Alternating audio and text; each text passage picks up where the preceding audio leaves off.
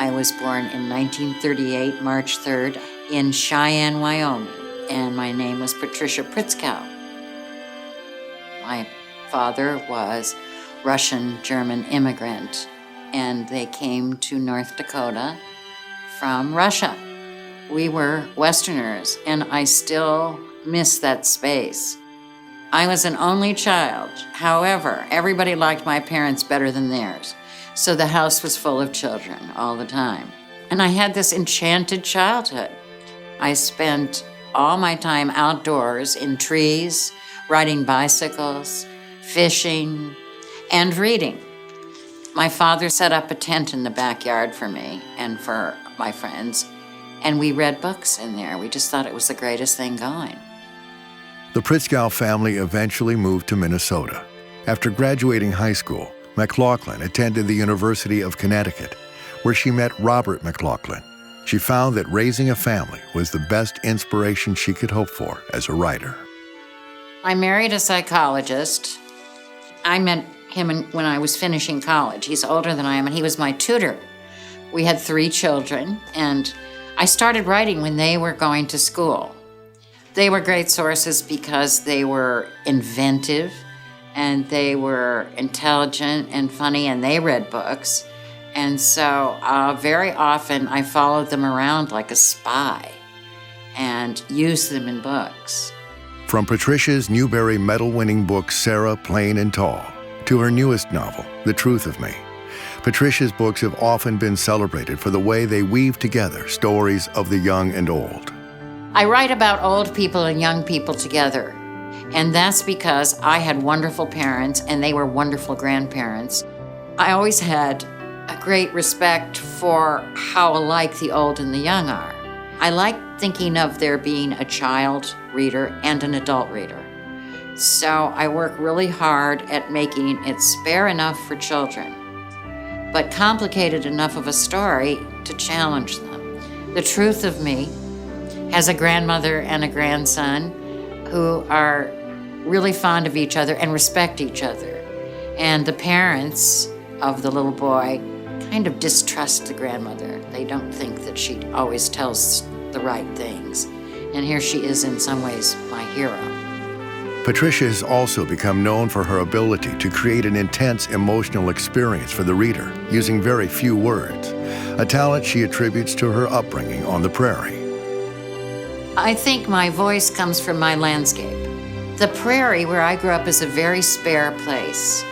And so the language of my Russian uncles was spare. My father's was too. They kind of spoke like the landscape. There weren't a lot of trees. There wasn't a lot of clutter. It's a place where you can look for miles and miles and just see kind of the rolling prairie grasses, kind of like if you're looking at the ocean. And strangely enough, in Sarah, Plain and Tall, those two places kind of come together in a way. Patricia's beloved prairie and love for intergenerational stories come together in the contemporary novel, Kindred Souls. Kindred Souls is about my father. He was born in a sod house in the North Dakota prairie. They had a 1,500-acre farm. I always wanted to write about that. My father lived to be 102, and my kids adored him, and they went traveling with him. And he had an excitement about life. So it's kind of the fact that he was born in a sod house with only a little fireplace in the middle, and that's where they lived when he was born. It was kind of for him, and in a kind of remembrance of his landscape, which my children all loved.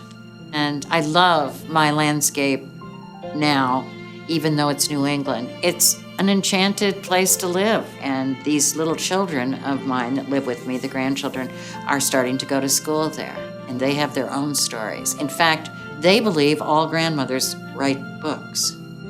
Patricia's talent for writing authentic American stories, accessible to readers both young and old, earned her the Newbery Award in 1986 for Sarah, Plain and Tall. I'll tell you why I liked winning. It was a little small book so that young children could read it too. It wasn't just for older children. And then adults used it in writing classes. So it seemed to be a book that kind of crossed a lot of ages. So Sarah, Plain and Tall is about my step-great-grandmother who left Maine and went to Kansas to meet my great-grandfather, who had put an ad in the paper for a wife because he'd lost his wife and he had children. And my mother remembered her, and she told me two things. She said the dogs loved her and the children adored her. One of my writer friends said, "I can see the threads of your life in your books." She could tell, because she's in my writers group, what I was dealing with at that point in time. I would just simply write a story to help me deal with it. Maybe it was a loss, a story of loss. Maybe it was about siblings, or finding a mother, as in Sarah Plain and Tall. You know, I wrote it for my mother, who had Alzheimer's disease then. And I just wrote it because it was a little bit about her past. I wanted to give it to her as a gift. So that was the impetus for writing it. You kind of got to write what you wanted to write, and most often my book sold. It was a nice time. I still like publishing, however. I'm still here.